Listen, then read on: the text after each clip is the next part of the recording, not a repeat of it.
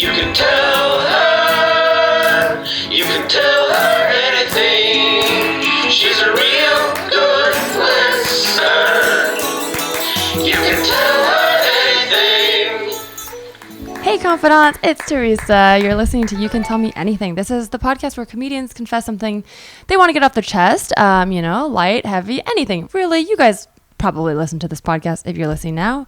If you've never heard it before, welcome. What's up? I'm really excited for my guest. She has a show called Faded. It's super funny. I don't know why I said super funny. It is very funny, but it's a really weird way to describe a stand-up show. There's a lot of great comics. She's super funny. It's every Friday night. You should check it out. The lineups are all online. It's Bri Pruett. What's up? Hey. The lineups aren't online. They're secret. Oh, they're not? Oh, they're secret. My bad. That's okay. They are funny sometimes. But I do like to start with a positive note. So I asked my guests to confess something good, just to, have a light start. Bri, is there something good you want to confess? Yes, and this is a good confession because there are no results of it, but I had a photo shoot this year with Marie Claire magazine. What? That's awesome. But it didn't get published anywhere. They go, why? It was a street style thing. Okay. And they're like, if it's not in print, if it doesn't make it in the print magazine, it will for sure be on the website. Girl, it was never on any website. It could have been just some man. Some man on the street was like, I work for Marie Claire. Her name is Marie I work Claire. for this woman named Marie Claire. I just missed it. That's awesome, though. Yeah, it was fun. That's so cool. So they found you on the street, so you had good street style? No, they found me on Instagram, and then they had even good cooler. street style. Yeah. They sought you out. Not good enough, though. Straight to offer. That's really cool. I used to follow that sartorialist blog. Do you remember that? That was like a thing in college. No. I think this was like pre-Instagram influencers. I don't think it would exist now.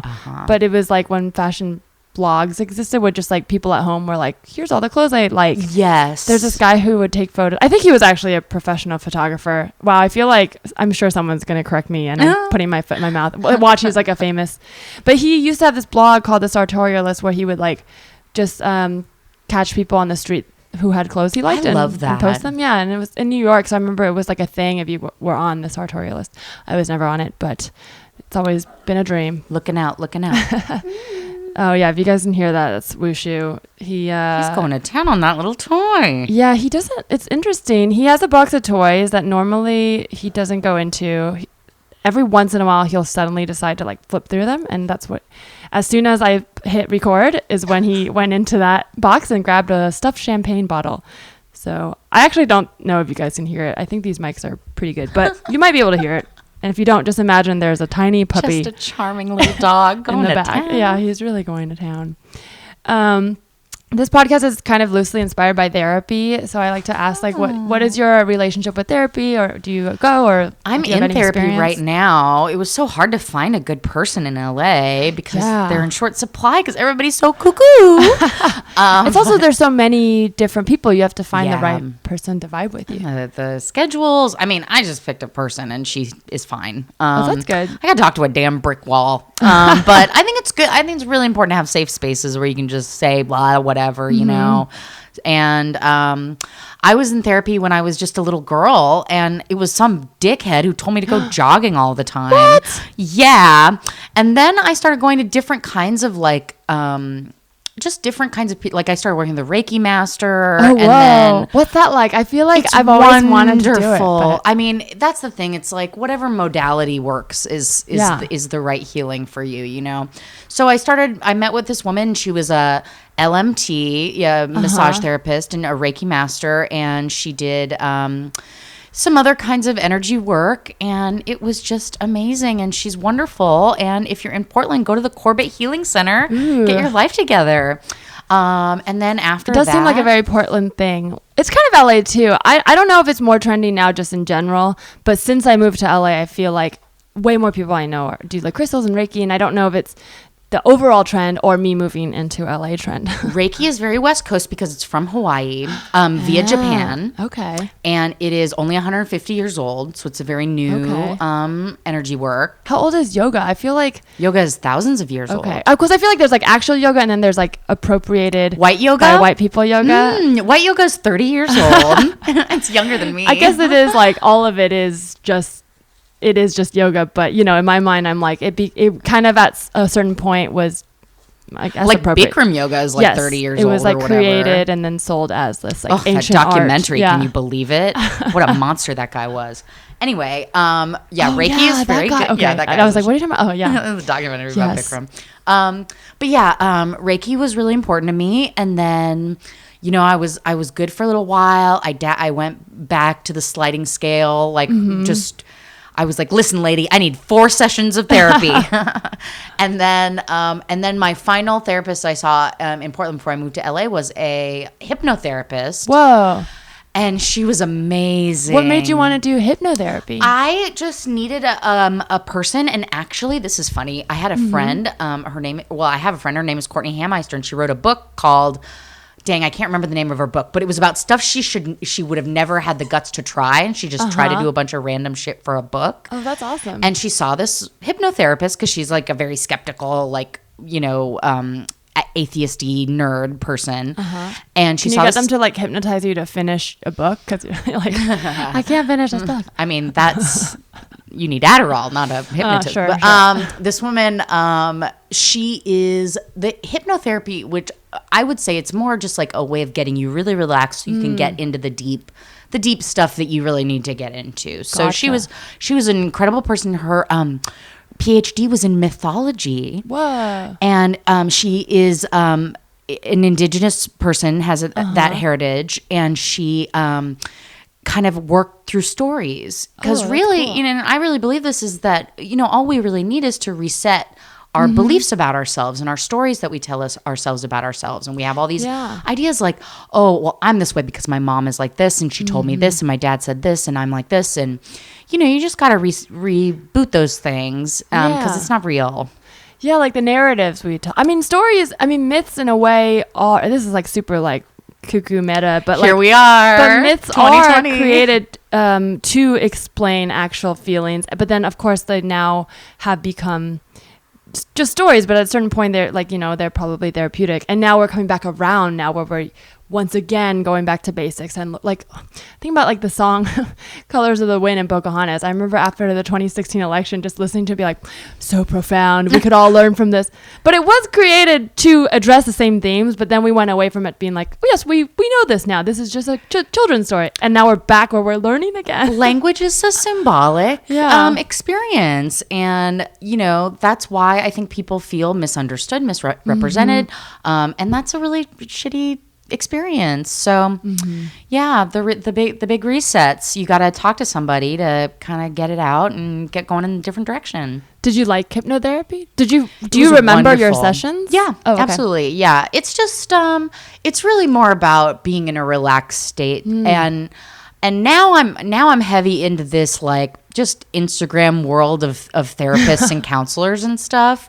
So I follow. Wait, speak on that. I don't know anything. I about follow so much mental health Instagram. Girl, Okay. get into it. It's like legit. It's not like influencers writing quotes. These are No, they're professionals. doctors. Yeah, Okay. especially body positivity Instagram. FYI, listeners, am fat, have been fat. Want to revel in it. Get posy about these bodies. Posy about these bodies. I love that. And there's a lot of dietitians on Instagram that are fighting this like, you know, cuckoo eating disorder normalizing, you know, tummy flattener shake stuff. Yeah, especially you know? on Instagram. I mean, that's like that's the hub. It's the bread and butter. Yeah. Khloe Kardashian in there with her teas. But Meanwhile, they're getting surgery. Their whole body's fake. It's like all I mean, Truly. not shaming surgery if that's the thing you want to do. But it is false advertising. But yeah, there's great dietitians.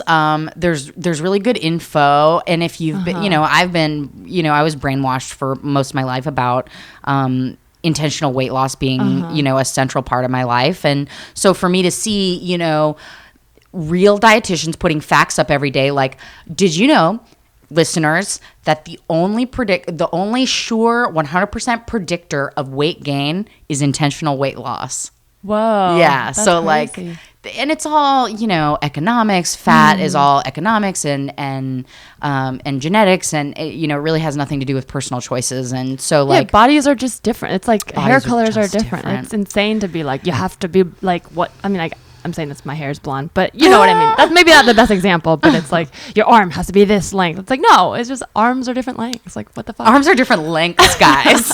I mean, that's maybe a reductive, because I know there's, a lot of imagery and society does put standards, but I know like it's true. It's just like wild that we just decided one day that like this is what society says, and now we're all trying to do that.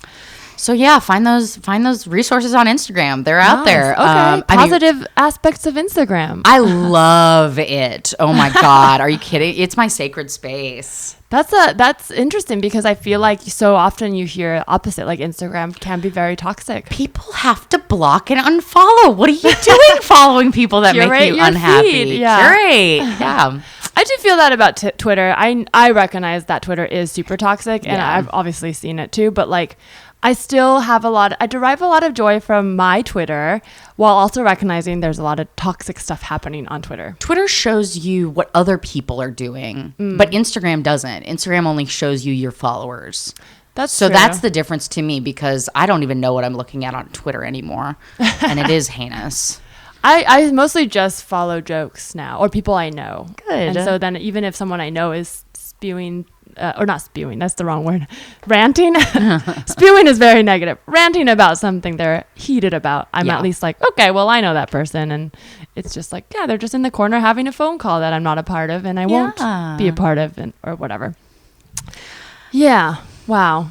I don't know. I feel like I just defended Twitter, but, come at me, bro. I like Twitter. I've never actually said that. I feel like I publicly just am like, yeah, Twitter's toxic, but I actually really like Twitter. Yeah.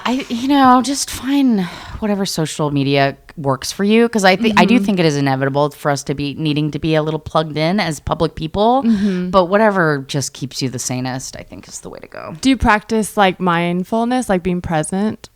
No. With social media? I mean, in general, I don't know. Like just being like offline. I'll tell you what, on this break, I was sick and I got so into my phone that I was losing my full mind. I mean, and just the recent events. I mean, it was just the amount of pain that we're expected to just absorb.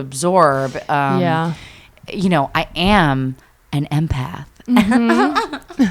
So, but if you're the kind of person who can't separate your own feelings from other people's, then you have to turn it off. Yeah, sometimes. You got to turn it off. That is also the weird flip side of it, is like, even so when you're on your phone, it's hard not to feel all those things, but also weirdly, like when you put down your phone, it feels like it's all off. So sometimes I struggle with that. Like I mean, I have a day job that's not very political, and I have to be like writing a lot, so I feel like my brain will go away from that, so I'll try to plug in to hear about the news, but I find that it's like this extra struggle if I'm not constantly plugged in. Like it's so easy to just like not know what's going on, and I don't like that either, because it used to be if you were in school or just even at work, people generally talked about the news, but now you get it all from online. So if you're not online, you have no idea what's happening. And also you think of it like it's an objective thing, like the news is a thing. But truly, what we're being shown is through a third party who's got their own agenda. And then you have to filter that. So I think that's actually what is exhausting, is filtering out other people's perspectives and using that critical mind. I mean, it's exhausting, truly. What do you do to like relax, or sort of like? Well, I'm a bathtub gal. Ooh, I'm truly a mermaid, and I am only out here breathing air because I have to. Where did you grow up? I'm from Portland, Oregon. Okay, so you're from yes. Yeah, from there. And but is Portland landlocked? No, it is. It's an hour away from the beach, like pretty much LA is really. True, but it's an hour away from the mountains. Be faster to fly up to the Bay Area and then go to the beach, than drive to the beach. Then drive to Santa Monica. But also, there's a lot of rivers in Portland, and so there's always like, outdoor spaces and babbling brooks and shit. Oh, that's so nice. It's very good. I've started listening to water sounds to go to sleep, and even though I don't know where it came from, it's very soothing. I didn't grow up in a forest. Yeah. But I love the sound of babbling brooks. I love rain and waves. Yeah, it's so soothing. Yeah, it's good. I love it. Well, Bri, I wanted to ask you, is there anything you want to tell me? Well, Teresa, back in Portland, Uh-huh. I used to use Craigslist as a hookup app. Oh, okay. Because I'm older. So yeah, because this is pre-internet dating. Well, not pre all internet dating. Or pre the app. Pre-Tinder, certainly. Okay. Yeah, pre-Tinder. Maybe even OkCupid was around, but it wasn't. OkCupid was like a friendship app first or something. Oh, I remember it I being remember like way different. Match.com. Like I remember they had commercials on TV. That's how wild. Like Oh yeah, Match.com. That's wild. Like not too long ago, my best friend was like, "I'm gonna pay for you to do eHarmony or Match.com, so you quit like using Craigslist and Tinder." Oh my gosh. Because you're hoeing too hard. And then I did, and there were no matches. On eHarmony. Well, Craigslist, I get scared because you hear about all those stories, but this is pre any of that coming out, right? Like, was it like a very safe place? Or not really? Girl, okay, I'm sure we'll get into it. I don't know. So Craigslist was a bulletin board, you know, and I think I was drawn maybe to the purity of that, and I had used it to buy and sell furniture or previously or something like that. I probably got into looking at it. I mean, I was always like back of the newspaper, like the weekly, looking at the like missed connections, looking at the hookups. I think probably as a teen, I was reading the back of Willamette Week and the back of the Portland Mercury. Oh, like literally paper Oh newspapers. yeah, actual paper. Okay, They had misconnections in the newspaper? Yeah, Oh, yeah. I had no idea. I thought that was a Craigslist thing. Yeah, I mean, when I was a teen, I think like the local weeklies, like the free weeklies in Portland were the coolest. You know, it was like the Village Voice in Portland. I was like, this is where I found out what movies were cool. I'm even like still obsessed with the movie reviewer David Williams from like my youth. But like, yeah, astrology, comics, Astrology misconnects. checks out. Yeah, you know. And then I think that the Portland Mercury had an online version of their like misconnections and dating and stuff like that. So I would look through there, and they had a dating thing for a little bit. But Craigslist was just so, I don't know, it was just like a bulletin board, you know? So I was like, this is free, it's pure, I can just do it. And so I like, and also, okay, so I've been fat, am fat, and that was a huge source of shame. Oh, different times, sad Bri Pruett. You're saying if your first therapist told you to jog, I'm sure that was internalized. Yeah, and you know, I hope he's disbarred. No, that's bar is not the right disbarred. license. Disbarred? Yeah. Okay. Like that's a psychology lawyer. bar? Yeah, Okay. maybe not. I don't know, but yeah, he probably should have been reported. Yeah. But yeah, in a sentence, my mother is a hairstylist and my father was a personal trainer. So it was just a lot of pressure. Focus on like like the like aesthetics. And then my other parent at home was Asian, so you know how that goes. So a lot of I have pressure been to Taiwan. Yeah. Yep.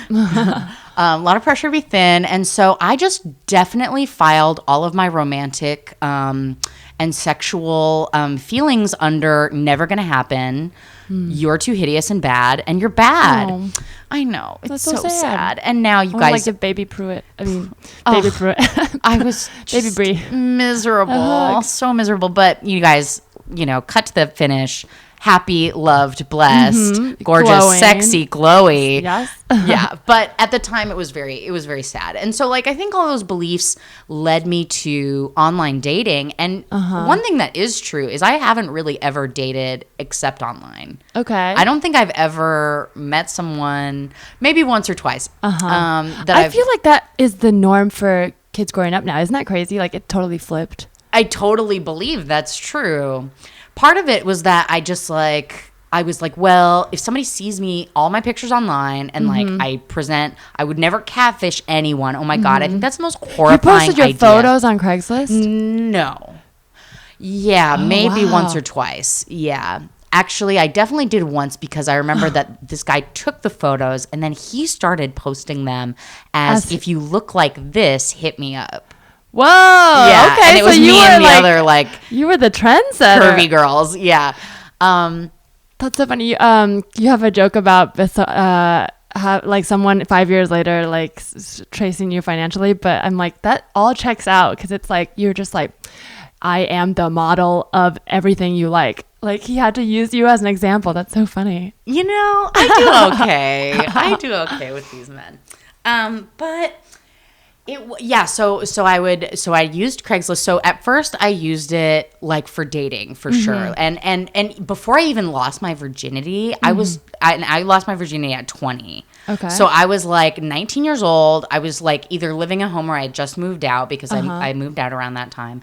And I was trying to meet dudes to possibly lose my virginity to. So one of my first Craigslist ads was like, I'm a virgin. Oh my gosh. Are you interested in like a chubby 19-year-old? And I was like, harumph, who's ever gonna respond to my ad? You're just flooded with like very much so, like, yeah, because it's a very specific, like, it's like you were just being honest, but then like putting all those, like just putting virgin first on the internet, like, oh my god, you're getting a very specific person. I feel like. And I actually had some pretty fuckable dudes come through. Do people think you were lying? Because I also could see people putting that as like a lie. Like, I'm a virgin. You know what I mean? It definitely has bot written all over it in 2019. But I've never had sex.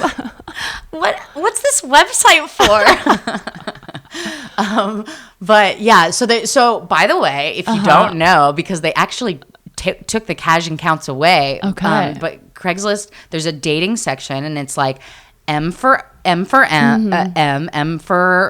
F, F for F, and you know, and then there's also MM for F, okay, MW so like for F, group sex situation. Yeah. Okay.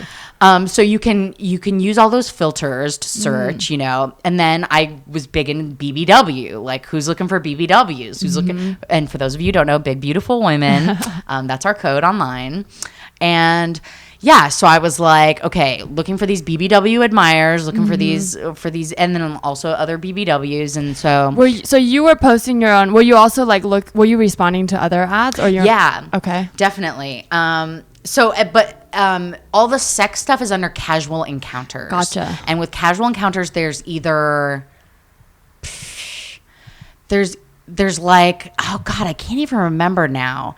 But there's all the codes, but then there's also like, there's like a platonic just friends section.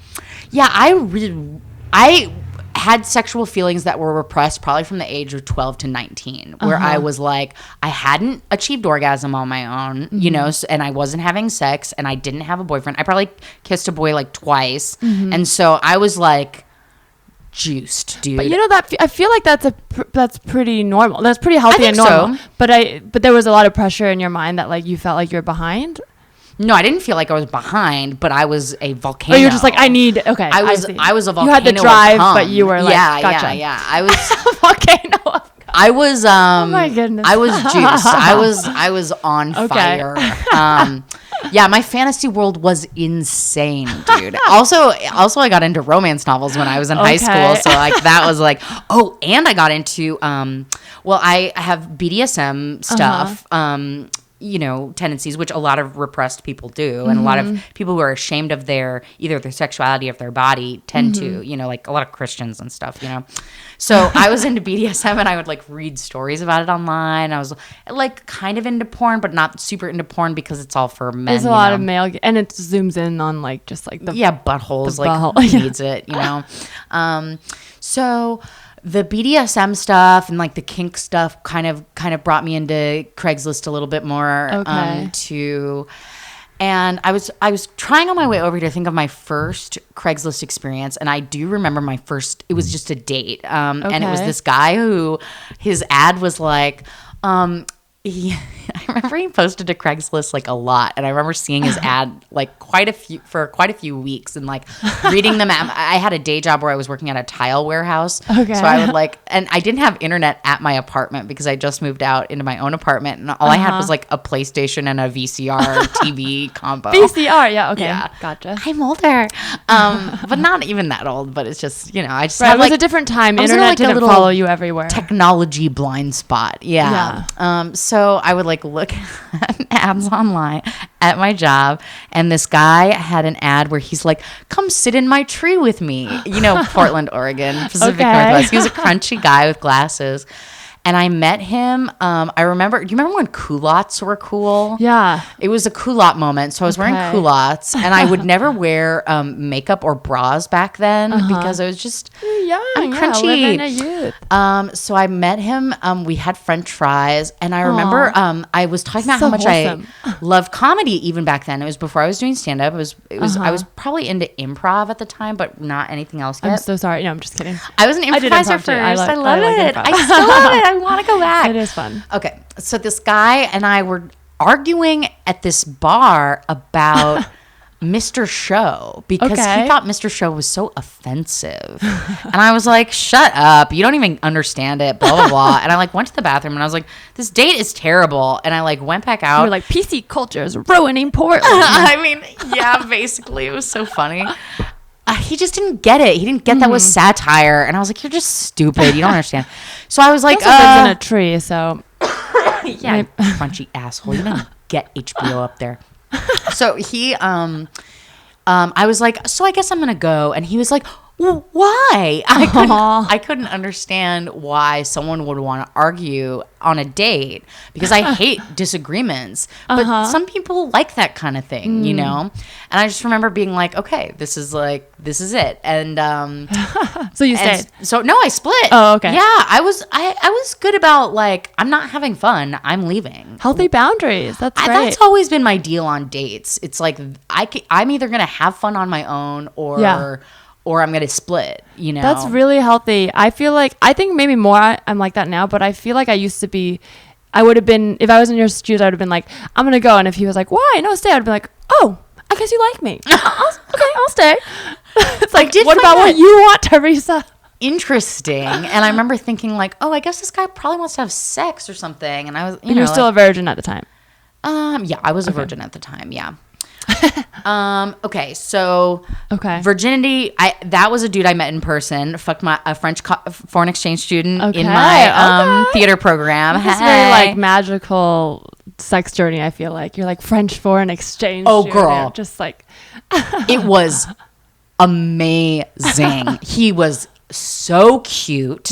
I brought him home from a party, and I was like, I'm not fat. I'm hot and like desirable, and like. It totally blew my world apart, you know. It was really, the sex was not great, but I mean, it was fine. But anyway, shout out Nico. I mean, as your first time. I feel like, are teenagers having good sex? I hope not. Like, no, truly hope not. Nobody's doing it good.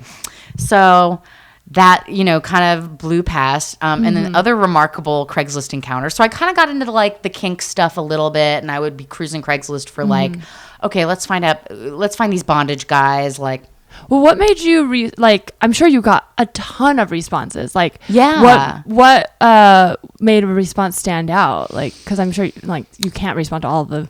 Well, it's like, you know, someone your age, you know, and I mean, that is, you know what, now that you're bringing it up, that's definitely part of it because you get juiced. It's like Valentine's Day when there's all these cards in your inbox, you know, in elementary school. And you're love that. All of my suitors, you know, and for a really like, you know, in Portland, I have jokes about this where I was just not a hot ticket. And I think beauty is cultural. And it's just the culture of the Pacific Northwest is just thin and white. And Portland is very white. And I didn't get a lot of love, man. Or maybe that was just in my head and I was so, you know, neck deep in shame that I couldn't really even see other people's affection toward me or interest in me. Who knows? But I was in it. And then when I would put some message like, oh, I'm just a little curvy Pisces and I just need a daddy, you know, like, and to get all the attention was like. I can't imagine why that got response. Delish. Oh, it was so good. It was so good for my little self-image.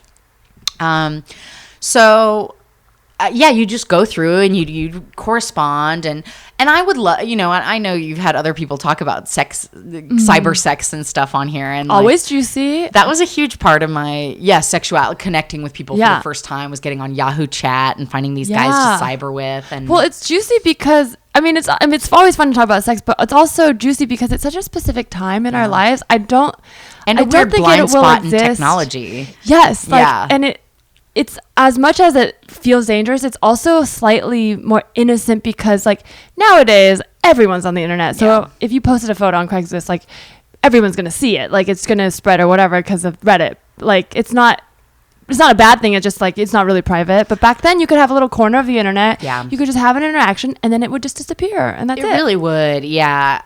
On Yahoo Chat, I remember like you could keep the transcripts of your talking, but you'd have to like download them and like make it a separate file and stuff. And the reason I know this is because I met a boyfriend on Craigslist. Okay. And we met through a kink encounter. Okay. This was so long ago that I didn't have a smartphone, and I would need to write down the directions to dude's house on paper. And you like draw the little map and and write down and if I got lost on the way there or I couldn't find it, SOL, you know. It was, and I found it recently. I remember, back then you have to write it down, and sometimes you just turn around and go home and look about, like when you were too lost, you're like, I'll just go home and look it up again. It's like, wow, we truly, when you think about the quote unquote good old days, I'm like, I would not survive now. But we did then. Yeah, it was crazy. and like that was a city that I knew front and back, but it was really wild. So you met him on a kink. So you posted an ad. He actually posted the ad, and I responded to it. And I was 22, and he was like 26 or so, I think, 27 maybe.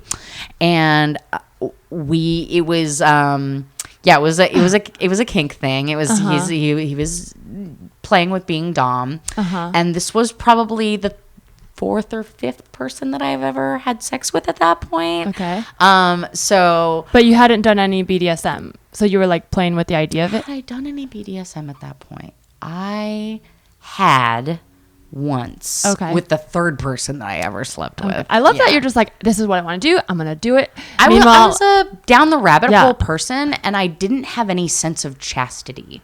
That's great. I mean, it's because so many people are like, oh, I'm interested in this. I mean, I say this including myself. I'd be like, oh, this would be fun. But then I just like sit on it for years. Oh, interesting. I mean, I was also like not out for a while. So I mean, that's layered on top of that. But just for so long, I'd be like, this thing turns me on, like boobs or whatever. I'd be like, put that away. Here's a dick, you know, which I like too. I like dicks. But like that meant like so many other things got backed up that like I didn't explore because I was like, I can't look at that like that. Yeah. But I just love that you're like, I want to try this. And then you're like, cool, I will. I mean, it was like 8 years of like, I'm like watching, I'm like reading stories about cheerleaders getting tied up, and then like, damn, what are these books? BDSMlibrary.org was my shit. There were like insane, because it's very erotic fan fiction type stuff. But yeah, I met this guy, and I owned his own home, and I went to his house. Very hot. Show me that deed. That's my type. I'm gonna go on a kink site and just like, show me your deed of your house. Show me your deed, daddy. Show me your garden, daddy. But yeah, so I went over, and he gave me, we drank wine. And again, like, what am I, a nut? I would drink a beverage that a stranger offered to me. So first night we slept together. I stayed the night. We went out for breakfast the next day. Practically married. I mean, staying the night from a casual encounter, that's... I feel like I was always scared to do that in college. I'm like, no, they're going to think I'm needy. What I think people need to understand about me is I trust strangers implicitly. But I feel like you have a really good intuition. Do you think like... No? Okay. Trash. Absolutely. I say that because I know about what I know about you, but also Pisces, I feel like are like sort of intuitive. The Pisces in me... I do think water signs are intuitive, and there are probably times where I was in a situation I was like, I'm gonna go, I don't like this, and that did happen once or twice, but I was never assaulted until Tinder, baby. Fuck Tinder. But Craigslist was full of nerds, only nerds, because that's who was using the internet back then, you know, and perverts, you know, and most perverts are nerds. And both, yeah, I know. Yeah. So yeah, I went to this guy's house. We had some pretty kooky wilds right away, and then we were together for 3 years. Wow! Yeah, oh my god, that is like a so magical fairy tale Craigslist story. And he's still the best. And you know what? He's a wonderful person. He's a doctor now. Okay. That's so like, it's so funny because fuck first, guys. I know. I mean, I love this story because it is sort of like counterintuitive to what you expect of Craigslist. Like when I hear Craigslist, I just hear like, be careful, like don't go into, there's like the Craigslist killer. But these are obviously exceptions. Yeah. They're all, I can't speak highly enough about the weirdos that I met on that website. I wish I knew about Craigslist dating when I was in college. Yeah. I truly was just so scared to talk to people. Like I would just get drunk at parties and then like hook up with a guy, but then like not date. But I'm like, oh, if you're on Craigslist, you can be like, here's what I want. And then that was what was it, is because my fantasy world was so rich that I could just say exactly what I want. Here's the exact scenario that I want, and then chat with those people on IM of some kind and, feel them out. And, it was probably like as much vetting as would happen if I met somebody in a coffee shop. I mean, if not more so, because I was, I had their email address and I could Google them and, all that stuff. I wonder, does Portland feel like a small town or like a medium? Because it's a medium city, and it feels pretty cozy. It felt pretty cozy when I was a young person. It kind of blew up probably around whenever that fucking show came out, like maybe Portland, 2010 or something like that. Well, I only asked because I feel like, I wonder if people, I don't know if you guys have had this experience like in New York or a big city like that. I wonder if it's similar, because there is sort of that fear of like just like meeting a stranger. Yeah, in New York. But then again, you go to a bar and it's a stranger. But why, for some reason, in a big city like that feels safer? I don't know why. I don't know. I mean, I would also use Craigslist then. Okay. Then when I finally left Portland and I went to other cities, then I would use Craigslist and be like, whoa, Craigslist is weird here. Okay. Like I went to Texas and lived in a very small town. Just like closeted Republicans. Well, it was a dude that I met on Craigslist came for like 60, 100 miles away, would drive from the next town, and that's pretty weird. So stuff like that. Yeah, proximity. Yeah, there's a couple factors. Like if someone's driving too far, it's like red flag. It's like Tinder now, where it's like I'm gonna like raise my proximity to like 20 miles, and I'm like, well, talking to guys from Northridge or whatever. Wild. Northridge, who are you? Yeah, it's like a different culture. Gotta get my translation dictionary out. Oh my gosh, how do you say single in Sun Valley? Did you ever have any experiences where you're like, or like emails, even like respond? It sounds like you had like the wherewithal to get out of bad situations, but were there like crazy emails that stood out or anything like that? Here's one crazy one. So another one of my kinks, which I don't mind sharing, is massage. I love to be massaged. All I want to do is relaxing. Be massaged. And I love massage porn now. That wasn't a thing when I was younger, but if it was, I would have been like so obsessed. I didn't know it was a thing, but once I had a boyfriend tell me that he had a fantasy of massage. I mean, but I think it was like that, like, maybe an Asian thing. I don't know. I never fully. Oh yeah, asked, Asian massage. Yeah, I don't know. I forgot about that. But then I was like, okay, that's so wholesome. Like I thought, oh, how wholesome. But then like later I thought about it and I was like, because he was white, and I was like, I feel like there was something. He's like, yeah, I just like really like it when you bang this gong when I come. Just speaking of accent, just likes theater. Just find your feet. No. Oh no, no. Sorry, too far. Okay.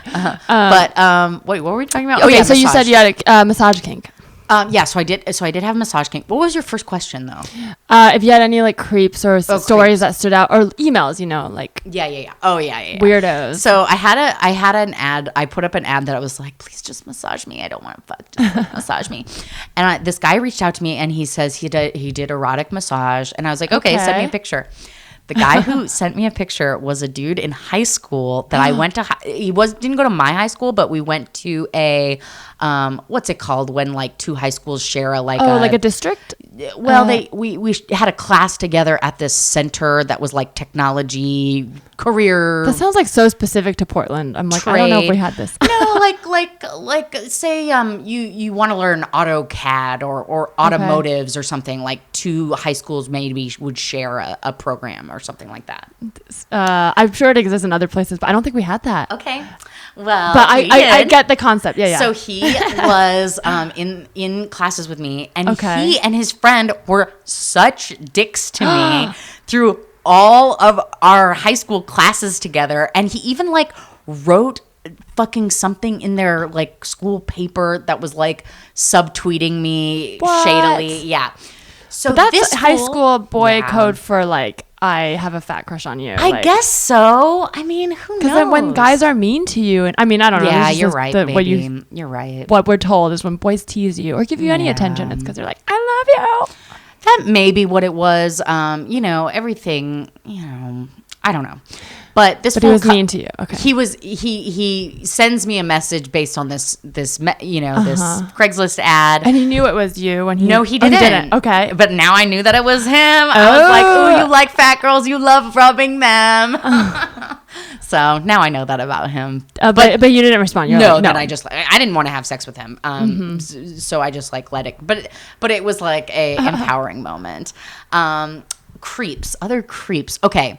I guess that's the wrong word. Well, no, that is what I meant to ask, but now I'm always so careful. I'm like, but you know what I mean? Like stories that stand out of like, we're not like shaming. It's more just like, okay, this is a weird one or interesting responses. That were probably like, I put myself into a situation where I was like, I'm sure this will be okay. And it was weird, but not, I was just like, I'm going to go, and that was fine. The one thing that's coming to mind, which this might have actually even been Tinder or OkCupid, but I think it was Craigslist. I met this guy and he's like, okay, yeah, let's hang out. Yeah, just meet me at this address. So I go to the address, and this was probably smartphone time. So I had a smartphone. I met him at this address, and he was in a car in this parking lot. And he was like, okay, you just follow me around. What? I go, what? No. So I follow him in the car, and he drives me down this like very industrial, like weird road, and pulls up next to a trailer. Oh my gosh. Okay.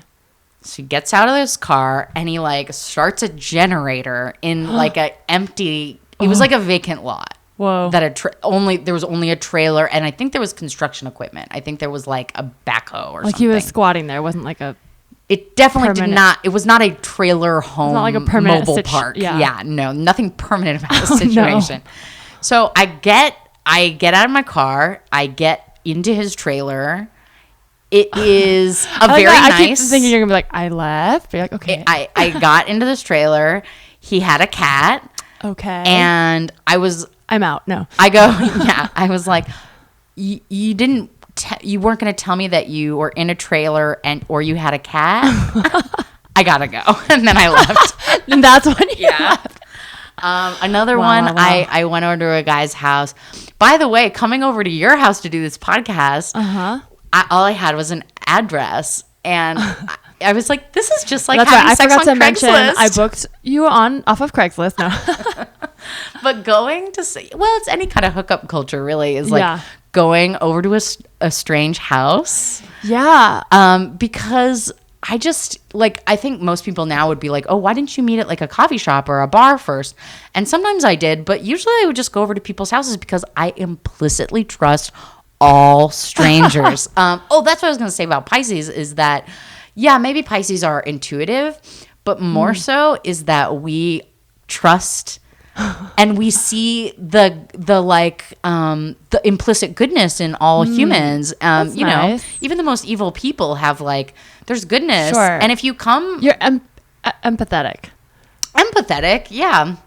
Well, in a way, also on top of that, I'm hearing you also probably trust yourself, because even if somebody is I don't want to say bad, but let's say someone has bad intentions, Yeah. and you trust them, and then you get there and you're like, oh, I guess you have bad intentions, but you trust yourself enough to feel safe and get yourself out of there. Well, I'm heterosexual, and these are men we're talking about. So the intention is I want to fuck you, and that was also my intention. Yeah. So there's not really anything beyond that. I mean, I guess there's murderers out there, but why would a murderer? I mean, I don't know. I don't know. I guess I maybe murderers I don't know. don't target fat people. We're hard to catch and fight. No, I think you're right, but about just feeling safe. But I think I've always been so, I mean, some of this can be probably traced back to like childhood or whatever, but I've always felt very uneasy, and I have a hard time trusting people, even if it is like, yeah, I want to fuck or whatever. Yeah. But then I'm like, what am I scared of? I think maybe just that they won't be who they say they are, which it doesn't sound that bad, but sometimes I'm like, oh no, you lied about this, and then that to me feels like earth shattering. If you say you're a doctor but you're actually an accountant, I'll be like, I just wanted to fuck. Like, but that's the straw. Like you lied about your job. I don't know why. I want you to be an accountant. I don't care about your job, for sure. Okay, so that's a good. Okay, here's a good one. One time I met this guy, and he was like, you know, I would never get on Craigslist, but like I just broke up with a girl, and like, you know, I don't, you know, I have such bad anxiety, and I don't know how to get, you know, to meet somebody else, and like blah blah blah. And he said this on. Oh, this was post or. I think he was responding to my post. Gotcha. Yeah, and I was like, well, that's me. I don't really date because I have anxiety. I don't meet strangers in public, and so that's why I do this. So he comes over, and we hooked up, and it was really nice. It was very intimate, and he's like texting me the next day, like, "Oh, sweetheart, I miss you. Oh, baby." Aww. And I was like, "Oh, you just broke up with a girl, and you don't know how not to fall in love." Yeah. But then he quit his, you know, texting, and then I was like, kept thinking about this guy, and I like knew his first and last name because of his email address. And I was like, God, that name is so familiar. And what I figured out was when I was a little girl, like 12 years old, I went to the mall with some of my friends, and we met these bad boys, and one of the bad boys was like, hey, can I get your number? And like, I talked to him on the phone every day for like a couple of weeks. Whoa. And because he was like my boyfriend, because I was like 12. And it was this fucking guy. No way. Yeah. Portland is kind of a small town in some ways. This is like your life is an indie movie. Like I feel like Greta Gerwig could direct your life. I mean, it's very Ghost World, like right? So, where I'm just like giving myself away and very open. I mean, my heart is very open. That's that Pisces shit. It's almost like a testament to like if you put this positive, because I mean, if you guys don't know Bri, she just radiates positive energy. Thank you. It's almost like you put that out in the world, and it's like that's what you get back. Because it's so like all these stories, like I'm getting scared for you when you start telling them. Like, oh my god, like a trailer, what's gonna happen? And then it's just like they're all very wholesome and they end like in this like so sweet way. Until I'm like peeing condoms and stuff, but yeah, like pretty much. I never got an STD. I mean, and sometimes we're all dogging these fools, you know. Don't tell my mom. But no, it was all pretty much just my own journey, and like it was. I was really desperate to like be in a relationship and be loved, and I kind of thought that this was the way to do it, and it wasn't. So sometimes I would be hurt. You were in a relationship for 3 years from Craigslist. That's true. Yeah, I was in that relationship, and that was maybe like an early. That was maybe too good of a scenario, and so it wasn't always so good. But yeah, pretty much good stuff. And now they took casual encounters down. Where do we even hook up anymore? Jeez, I truly love it because it isn't like. This is why I'm always like every confession is so different, even when they start similar. Because, you know, like a lot of people do date online, but like this is not what I expected. You're just like the sweetest, like most wholesome, like kind of. I just think of like meeting in a soda shop. That's like how I equate your Craigslist story. Yeah, I mean, it's so sweet. Kind of. One thing that I was thinking about, I would have to create email addresses. Oh yeah, because was it like in crazy, like just too many emails? Like you would have to both that, but also I didn't want it to be my personal email, and I didn't want it to be my name and stuff. Right? Did you have a moniker? Girl. Okay. I had so many monikers because also I was doing a lot of like sex chat, you know, Yahoo IM stuff. So like one of mine that I just looked up. So stupid. Is. Okay, Portland is PDX. That's our airport. So PDX is the code for Portland was PDXXX lady. Ooh, or PDXXX sexy. girl, Okay. and it would be like girl GRRL 2002, the year I graduated.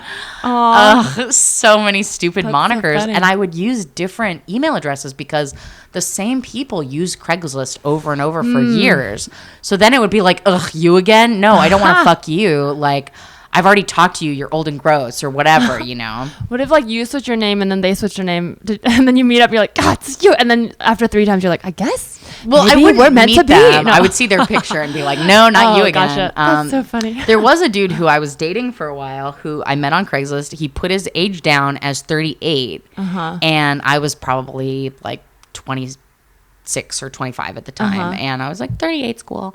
But he was actually 45. Whoa, okay. And we dated for like 6 months, but he was not good. He was a skateboarding poet. No. At 45, okay. Bad. That's bad. Skateboarding poet, but I see the appeal. But yeah, I remember he was a big Craigslist guy, and I would like see his ads over and over again. That's so funny. I tried once. I mean, I did kind of do this for an article, but it totally just didn't work. I tried to do like a bachelorette style Craigslist post where I basically said like, I'm going to be here from this time to this time. It's an open date. Like, and I actually was genuinely interested in meeting people. And I tried to make it funny to be like, maybe someone will think I'm funny and come. But I basically was like, come meet me and then we'll chat. And then if I like you, we'll go on a second date. Nobody came, but I got a lot of really weird responses. And I did get some earnest responses that I felt sad for that were like far away people that's like, oh, can you send a picture? I can't make it. Like that kind of thing. And I was like, oh, I don't know.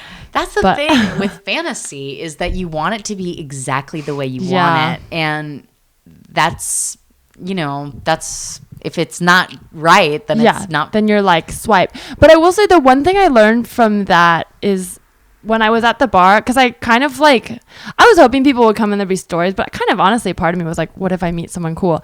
Nobody came from the Craigslist ad, but I talked to people at the bar because I was open. I was so open. So I remember like someone at, like, a couple of dudes nearby was like, I told them the thing I was doing. And so like, it made me really like open to looking around and seeing who was in the environment. And I realized like, oh, you can just go out. You can just do that. Talk to people. Yeah. And see, that would be something I would never do. I don't drink. So that's part of the reason that I would meet people at bars. But like, I don't like talking to strangers that in public like that. It does feel like crossing a boundary, but I used to like meeting people out more, but I also didn't date good people for a long time. And so I feel like the energy I put out was the wrong energy, was a little bit needy and desperate. And so the people I attracted were maybe not the best. Yeah. Okay. Last story. Okay.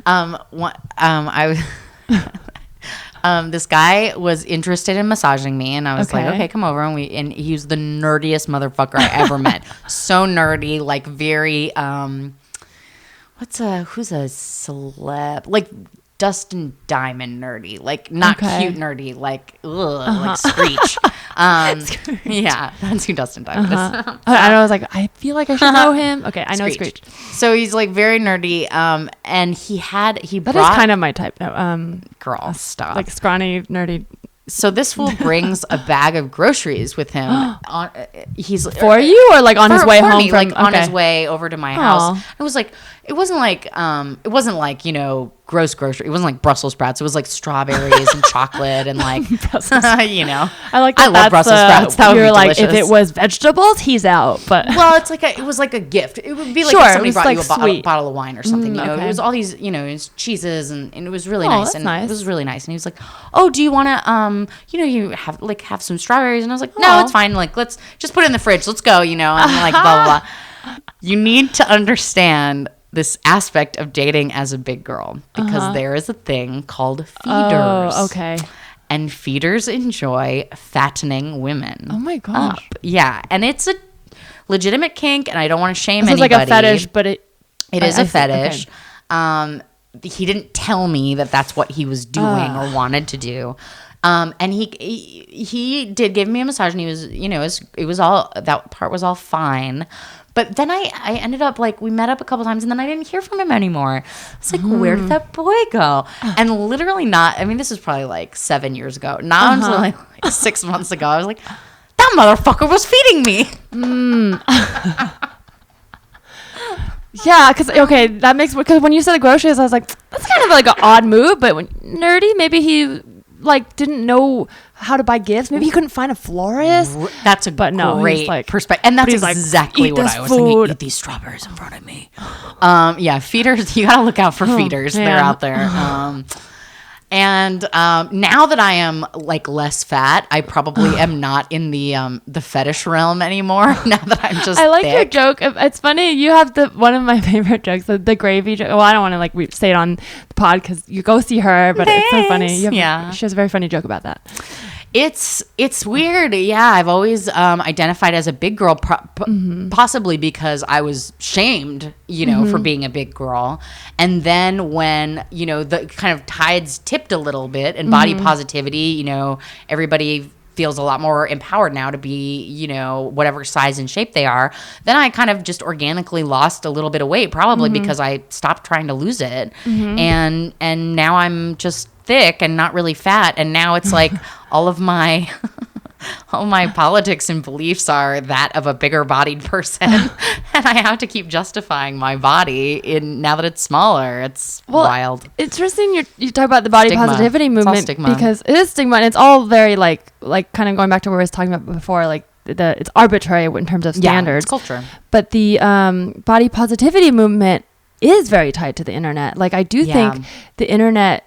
I mean, I love that we're talking about the positive aspects of the internet. It's funny we started with like Instagram and Twitter because it's sort of thematic, but I do think, of course, like everything's going to have their toxic side, but that's like a really nice thing about the internet is it does give community to maybe like traditional groups that didn't feel like they had community. I mean, I think that like even with like queer communities, I feel like I found a lot of like support when I was coming out through the internet, and I think that the body positivity movement got that from the internet as well. I think if I had gotten into Tumblr, which I never did, I would have found a community sooner because Tumblr seems like it was early Instagram.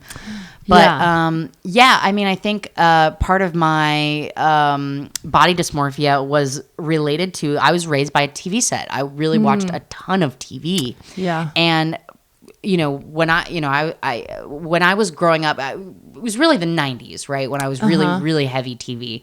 And there was just a different culture on TV then. MTV, I mean, it was very thin bodies. It was like no butts. It was like very white, MTV Beach House, God bless J-Lo for changing the ties. Because I think she kind of like started that movement. All the women of color who fucking just allowed us. I mean, and again, it's culture. But I think, okay, so I studied the media in college, and there's a media monopoly now. There was a media monopoly then, and the internet breaks through that. So in my idea, I had this idea that everyone is thin except me because that's what I'm seeing. And then when you are actually connected to reality more, I mean, if you actually leave your house, you're like, oh no, people are all shapes. And then when you get on Instagram, you're connected with all people democratically, and then you're like, oh no, there's an infinite number of bodies, and there's no us against them. It's we're all in one. Yeah, we're all in one thing, and there's no norm. There really is not. Then I mean, honestly, we all know this, but representation is so important because truly, it's knowing how Hollywood and casting works. Yeah. It's like wild when I look back and think how influenced I was by what was on a screen, because now it's like it's so much just like it's not anything close to real life. Like even commercials when they cast, I've heard of like parents with their kids who are mixed like not being able to be cast because the agency was like, oh, it's not believable. It's like, this is literally like my blood child. Like, but on screen it's not believable. That's how fucked up. I mean, yes, we're all trying to make it, so please hire me. But it's not supposed to really represent, but it really makes you think that's what the world is. It's crazy. I hope there's ways for, I think there is now. I mean, I think there is now for people to see a more believable or a more realistic visualization of what the world looks like now. Okay, so this is a game inspired by psychics, because I know you had a show called High Priestess, or still have. Yeah. Yes, and it's sort of inspired by tarot imagery. Yes. And so this is basically, I went and looked up some psychic confessions on Reddit, and I'm going to read part of the confession with a blank and then just try to guess what it is, and then I'll tell you the answer. Okay, so this is a psychic on Reddit user, I am at fucking work, obviously just a username, confessed. This is a friend of a psychic. Okay. I knew a guy in college that made money online scamming people as a psychic. He's seriously a blank now and still a douchebag. What is his scammer psychic friend doing now? But he was a scammer before, but now he's out of the psychic scam game. Mm-hmm. What is he now? A therapist. Yes. He's a therapist. I'm psychic. Still scamming. No. Yeah, it's crazy, but I actually think a lot of like fortune telling and divination comes out of communities that like didn't have access to mental health, so it does really like access that part of your brain. But whenever I give a tarot card reading, I'm like, girl, I'm just giving you a therapy reading. I'm like, you need to set boundaries. Like just all the great guess. Okay, next one. I once had a housemate that ran a successful blank and phone line out of his house. You mean a psychic phone line? Yeah, and phone line. So there's like a blank and a phone blank line. A brothel. That'd be cool. It's a tarot card website. Okay, but there's more to it. So he worked in IT, so he didn't believe any of it. The website was complete hokum. It turns over 3 cards for you for free, but then when you pay money, you get the last 2 cards turned over. And he made 2,000 euros a month off of that. Holy shit. Isn't that crazy? Yeah. I mean, it's like also very smart because in a way it is just a game. Yeah. So like, I guess it's sort of like some people probably do it for fun. Some people do it because they need it. So I don't know. I used to turn cards every day for just as a centering. And sometimes I would forget and there wasn't an app. And I was like, how is there no tarot card app? And it was years and years. And I was like, somebody just needs to make me a tarot card app. And there finally is one now. There is one now. Yeah. But I was like, I cannot believe somebody hasn't made money off this yet. This is like, how do you feel about this? Like, I'm kind of on the fence, but like, is this ethical? This website? Because I feel like on one hand, it's like a game. On the other hand, so I feel like it's kind of up to the person playing it to know that it's a game. I think that anytime you are trying to get money from people on the internet out of a game, as long as you are not doing it in a way that's misleading. True. Yeah. If it says it costs $5 to flip it over and you pay $5 and you get it flipped over, it's on you whether you believe it's real or not. You're getting what you're paying for. That's true. I mean, cards are an algorithm. they're just in an order. Yeah. But I have heard things about like in-game app purchases where it's like, oh, this is the place where I normally, but they moved the button, so now my thumb hits here, or I'm going to trick some kids. You know, I don't like that stuff. Oh, yeah. That's shady. Okay. So this is the final one. Okay. So this is actually a psychic answered an AMA. Oh, okay. Who used to work for Miss Cleo. But the psychic confessed, so about their demographic of people who called in, 80% are women, roughly. Women are usually asking about love, and men usually ask about blank. Money. Yes, it's legal, business, or money. Illegal business? Legal. Oh, legal business. So they want to know about legal things, like legal lawsuits. Things. Yeah. Am I gonna get my restraining order lifted? It's interesting because I almost feel like it's like that to me. Says like obviously it's like what they want, but also like there's this element of like not actually wanting to seek professional advice, you know, instead of seeking legal advice, because then that's almost like implying a weakness that you don't know what to do. You go to a psychic because then it's just the universe telling you. I don't know. I might be reading too much into it. I'm very fascinated by like pseudo-psychology, which I think psychic stuff is kind of. Yeah, it's like I can kind of guess, but it's not. There's no way for me to really prove it. Because maybe magic's real. I don't know. What do you think about all that stuff? Like, is magic real? No, yes, just like, of course magic's real. Just like when you go get a reading, what's your approach? Like, is it? I actually saw 2 psychics in the last like 45 days. And one of the psychics was not a psychic. and one of the other psychic was reading me to filth. Okay. I believe there's intuitive people who can see beyond the veil, can see into people. That's the thing, is it's all about people. So it's like, are they going to be able to tell when a meteor hits the earth? I mean, the natural world, I mean, that's probably not something that they can know. That's probably not knowable to a human. But I could probably tell you what you're going to do later tonight. You're probably going to eat dinner, and you might think about going to an open mic of some kind. What? Oh my God, take my money. No, you're right. It is like all about, and patterns. People have patterns. So if you get really good at it, recognizing. I think you might go to sleep. Maybe somewhere around 12, 1 o'clock in the morning. The reason I wanted to play this, I wish there was a better format for it, but there was a very long confession I read, and that's kind of how I got into it. But I'll sum it up. But basically the psychic said, like, someone asked, like, psychics on the internet, do you know you're scamming, or do you believe in it? Like, where do you stand? And someone basically summed it up really well and said, like, yes, of course, there's like full-on scammers, and then there's full-on believers who actually truly are the scammers because they're scamming themselves.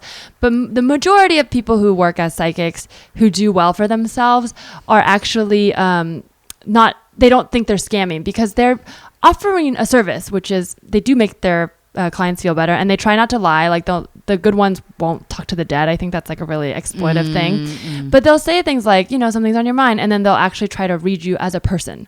And so they are doing a reading, but they don't truly believe they have psychic powers. And I think that's like the best way to put it, because when I like to get readings, and I do feel better, and I don't really think they're looking necessarily into like a spirit world, but I do think they say truths that I maybe wouldn't have discovered on my own. Tarot cards are archetypes. They are, based on, I don't know if this is where they're based on, but Carl Jung, who is one of the OG, like symbolists, psychology, symbologists. Yeah, he's a guy who like was like, okay, archetypes are these things that people believe, like mother and creator and magician, and so all of the tarot cards, if you look at them, it'll usually evoke something in you, and this year I went to a music festival and I did Molly, and then of course I started giving people readings. Love it. It was the best.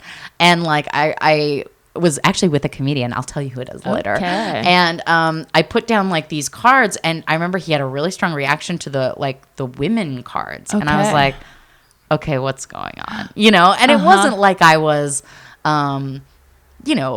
intuitive, but I felt something change in him. And I was like, you got something going on with women, and like this seems like it's old, right? Because it's in your body. Now, do I have powers to see beyond the veil? Like sometimes I do, I really do see things, and I feel things, and like I feel energies changing and people and things like that. But it's just humanity, really. Yeah. And being with a person. So I love that. Well, I think that's a great note to end on. Bri, can you tell our followers where to find you? Yeah, I'm Bri Pruett across platforms on the social medias. Bri with an I, Pruett with an ETT. And I have a weekly show, as I said, Faded.